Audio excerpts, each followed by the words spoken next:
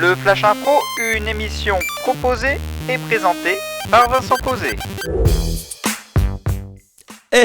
Bienvenue dans ce studio, allez-y, entrez avec nous dans le studio, on vous fait un petit peu de place. Nous sommes là pour vous faire vivre une histoire complètement improvisée, un thème, une catégorie, c'est ça le principe du Flash Impro, quelques secondes de réflexion et notre équipe de choc composée de Mélanie Hainaut aujourd'hui. Bonjour. Bonjour le choc. Stéphanie Roche, bonjour. Bonjour. Et le thème que je vous propose, c'est la contestation. La catégorie, ça sera à la manière d'une émission d'à peu presque histoire.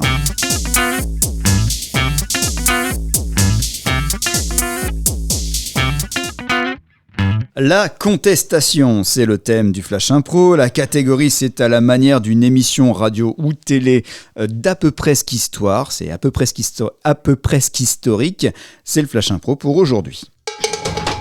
Ange, eh bien bonjour. Dans cette émission Histoire naturellement vôtre que je vous présente aujourd'hui, nous sommes à la recherche de la contestation ultime. Vous le savez, l'actualité est un peu serrée. Et je suis aujourd'hui en compagnie de Géraldine Aubrul. Bonjour Géraldine.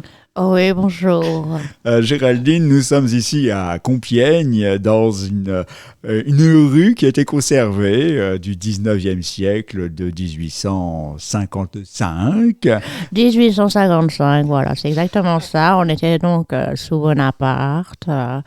Les gens pouvaient voguer à leur aise et pouvaient traverser les rues comme ils le souhaitaient. Et si on est un petit peu observateur, que voyons-nous ? Nous voyons des pavés.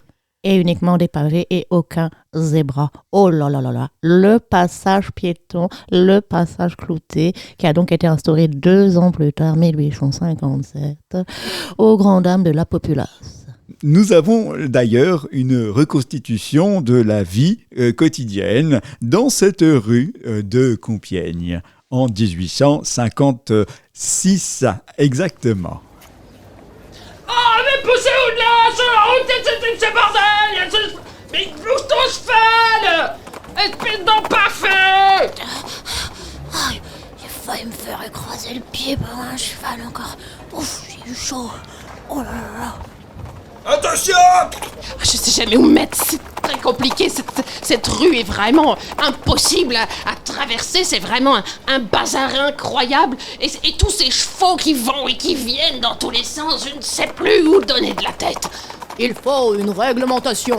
Il faut désormais que nous puissions traverser en des endroits bien indiqués.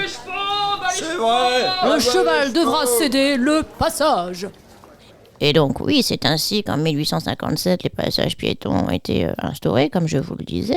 Alors bon nombre de personnes étaient ravies de pouvoir enfin avoir, on va dire, cette priorité. Cette priorité sur qui ? Sur le mal qui quoi ? Qui est en train de diriger qui ? Les chevaux qui tractent qui ? Les nobles. Alors vous imaginez bien que pour les nobles, ça a été quand même quelque chose d'assez catastrophique de voir s'arrêter, laisser la population passer pour leur éviter d'être blessés, par exemple. Mais Kenini, est-ce qu'on a quelque chose à faire de ces gens-là ? Ils n'ont qu'à attendre, ils n'ont qu'à patienter. Et donc ça a été quelque chose de terrible, notamment au moment du serment du jeu de paume, où il y a eu un soulèvement assez houleux. Il faut imaginer qu'à cette époque, au serment du jeu de paume, en 1856, il y avait le préfet du Val-de-Seine qui a été sollicité, Maxime Béarnais, qui était justement sollicité pour mettre en place ces fameux zébras. Il a été long de décider de la forme du zébra et c'est très intéressant de se rendre compte qu'on a hésité à la fois à savoir est-ce qu'on fait des petits points, des rectangles, des triangles. Et ce fut l'occasion d'un vif débat, effectivement, avec Maxime Béarnais. Paraît-il que c'était un hommage au grand explorateur Champollion qui avait découvert les zèbres en Égypte ancienne. Tout à fait, sur la pierre de Rosette, il y avait des zèbres qui... et donc en hommage, on a décidé du... Très bien, on ne vous avait pas menti, hein, c'était une émission à peu près historique avec Stéphanie Roche, merci. De rien. Mélanie Hainaut, merci. Merci. Et on se retrouve demain pour la suite et la fin du Flash Impro de l'improvisation théâtrale à la radio. À demain.